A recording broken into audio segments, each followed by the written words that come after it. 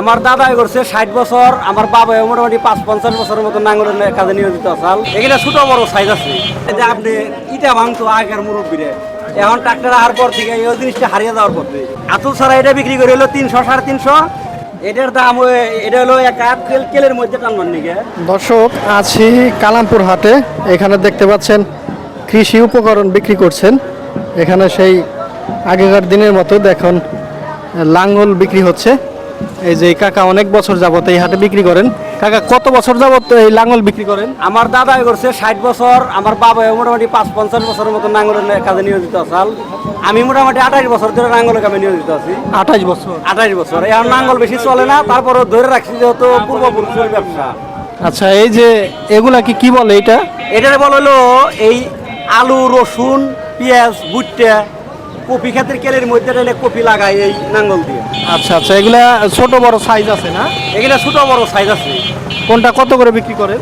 এটা বিক্রি করি 350-400, আর বড়টা বিক্রি করি 700-800। ওই হাতল সহ? হ্যাঁ, আতুল সহ। আর এটা হলো আতুল ছাড়া। আতুল ছাড়া এটা বিক্রি করি হলো 300-350।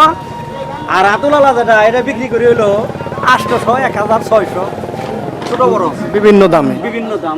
আর এটা হলো নাইংলা আপনার যেটা যে কপি ক্ষেতের কেলের মধ্যে টানে, এটার দাম এটা হলো এক হাত কেলের মধ্যে টানবার নিকে। আবার এটার থেকে বড় আছে আবার এইটা ওই পাট খেতে দিলে পাট বোনার পরে যে চাট বাজে ওটা এটা দিয়ে শুকায়। আচ্ছা, ওগুলা কত করে? এগুলোর দাম হলো 600-550 এরকম দাম। 600-550। ওই যে আর এই বড় ছোটটার দাম হলো আপনার 350-300। আচ্ছা আচ্ছা, যে দাম বললেন কিছুটা কম বেশি বিক্রি করেন না? কিছুটা কম বেশি। আর এটা হলো আপনার হারপাট না বলে? যে ধান টানে, জি জি, হারপাট বলে না? হারপাট বলে। এগুলা কত করে? এটার দাম 150-120 এরকম। 150 থেকে 120। 120 ছোট বড় আছে।